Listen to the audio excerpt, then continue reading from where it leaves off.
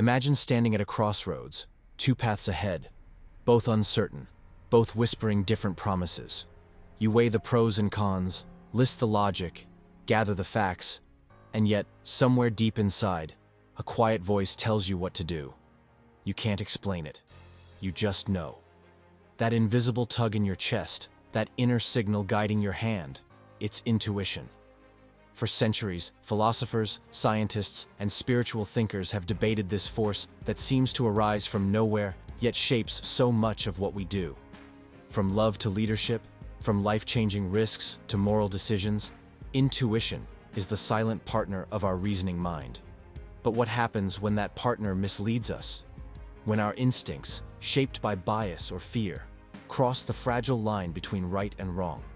Tonight, we're diving into the psychology and philosophy of that line, where intuition meets ethics, where gut feelings hold power, and where every choice echoes the silent question, can we trust what we feel to be right?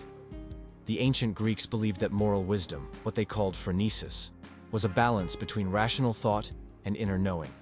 Socrates warned that blind impulse could corrupt the soul, but Aristotle countered that moral virtue requires instinct honed through experience. He saw intuition as the culmination of knowledge absorbed so deeply that it becomes automatic. A virtuous person, he believed, doesn't debate what's right. They feel it instantly because their moral compass is trained through years of reflection and empathy. Fast forward to the modern world, and science has given that ancient intuition a new name, the fast system of thinking. Psychologist Daniel Kahneman calls it System 1, the quick, effortless, emotional side of decision-making. It's what tells you to swerve before you consciously see the car coming, what helps a nurse sense a patient's silent distress, or a firefighter feel danger in a burning building seconds before the collapse. Intuition saves lives, but the same system that protects us can also betray us. Because intuition doesn't just come from wisdom, it comes from wiring, and wiring is shaped by everything we've seen, felt, feared, and believed.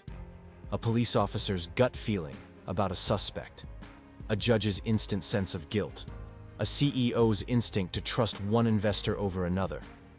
These intuitive flashes feel like truth, but are often reflections of unconscious bias, cultural conditioning, and emotional residue. The ethical question then becomes, when your gut leads you astray, who bears the responsibility, you or your biology? Imagine a doctor making a split-second judgment in an emergency room. Their intuition tells them to prioritize one patient over another. Later, data reveals the opposite choice would have saved more lives. Was that a moral failure or a human one? The intersection between ethics and intuition isn't about right or wrong outcomes. It's about intent, about how much we recognize the invisible forces steering our minds.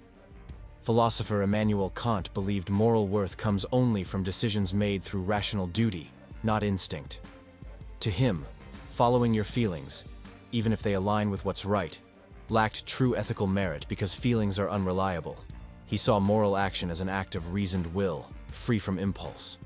But others, like David Hume, argued the exact opposite. That reason is the slave of passion, and morality itself is born from emotion. Our empathy, our capacity to feel another's suffering. And that's the dilemma at the heart of human ethics. Reason without feeling becomes cold, detached, even cruel. But feeling without reason becomes reckless, naive, and easily manipulated. Intuition lives in that fragile balance, both sacred and suspect. Modern neuroscience gives us a glimpse into its machinery. When we make quick moral judgments, say, whether pushing a man off a bridge to stop a train feels wrong, the emotional center of the brain, the amygdala, lights up before the rational prefrontal cortex even reacts. Our morality is first felt, then justified.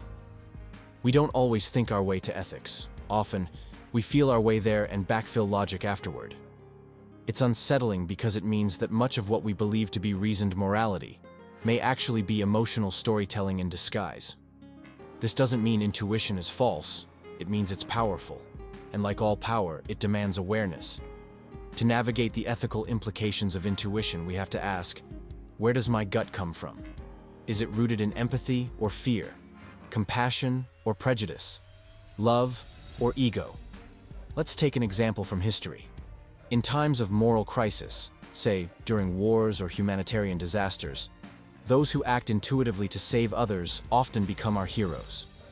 They don't pause to calculate risk. They feel compelled to act. Their empathy becomes instinctive courage. But the same intuition, in a different person, can justify cruelty.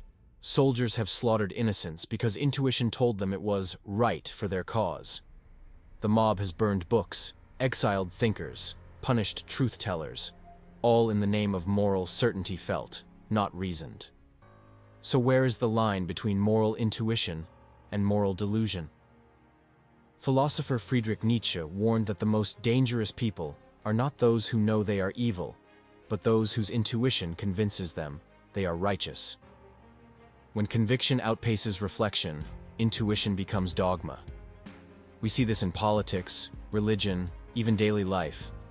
People making snap ethical judgments based on what feels right, not what truly is.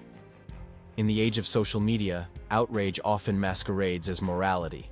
But outrage is not ethics. It's instinct without understanding. That's why philosophers like John Dewey emphasized reflective intuition.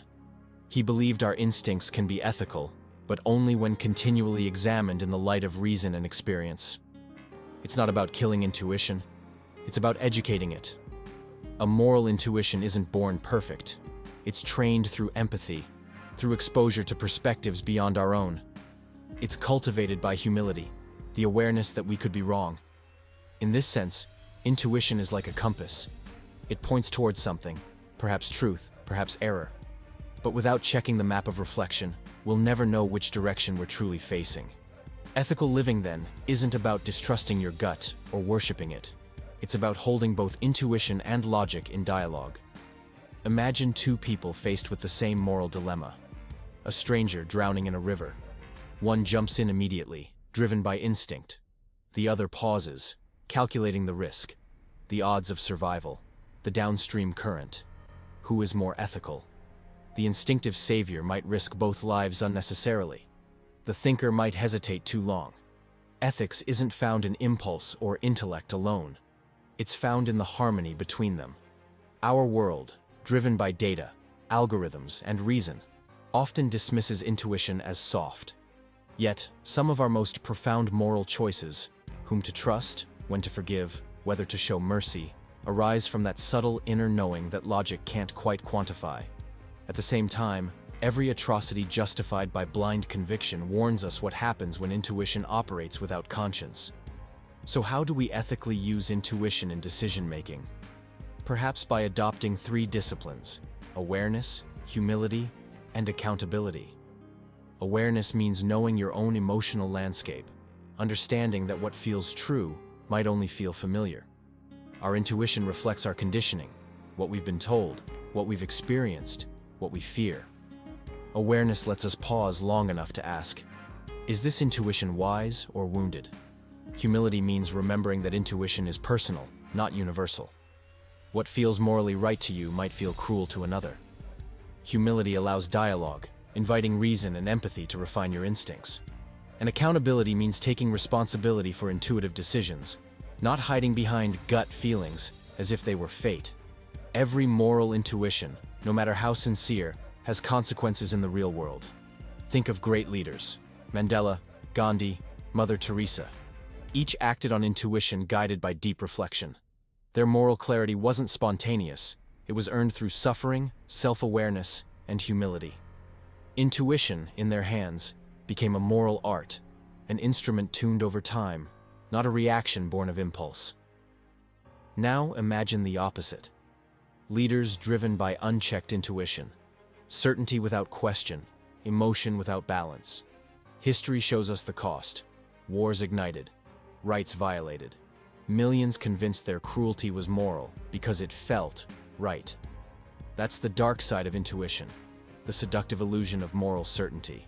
So perhaps the ethical use of intuition is not about silencing it, but integrating it.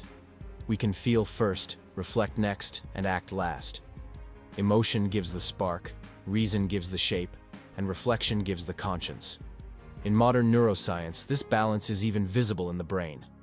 The anterior cingulate cortex, responsible for moral awareness, acts as a bridge between emotional and rational regions. When balanced, it helps us weigh both feeling and fact. When imbalanced, we either become impulsive or detached. Moral growth, then, may be about strengthening that bridge, training the mind to let intuition and reason converse rather than compete. And what about the question that lingers? Is intuition moral by nature? Some evolutionary psychologists argue it evolved as a social glue, to help early humans cooperate, sense trustworthiness, and detect deceit. In that sense, moral intuition is a product of survival. But survival isn't always moral. Our instincts favor our tribe, our kin, our comfort. Ethics asks us to go beyond instinct, to extend empathy to the stranger, the outsider, even the enemy. That's where rational reflection elevates intuition into morality.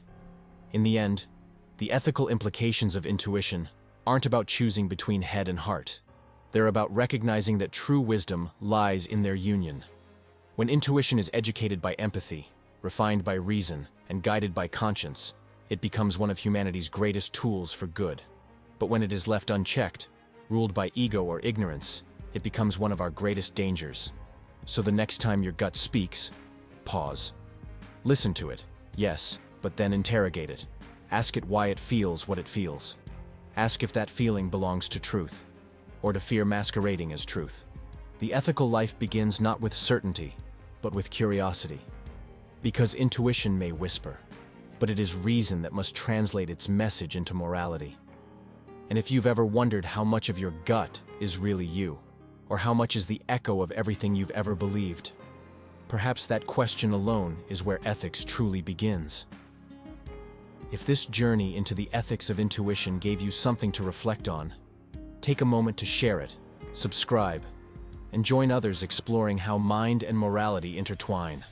Sometimes the quietest voice within holds the loudest truth, but only if we have the courage to listen, question, and learn.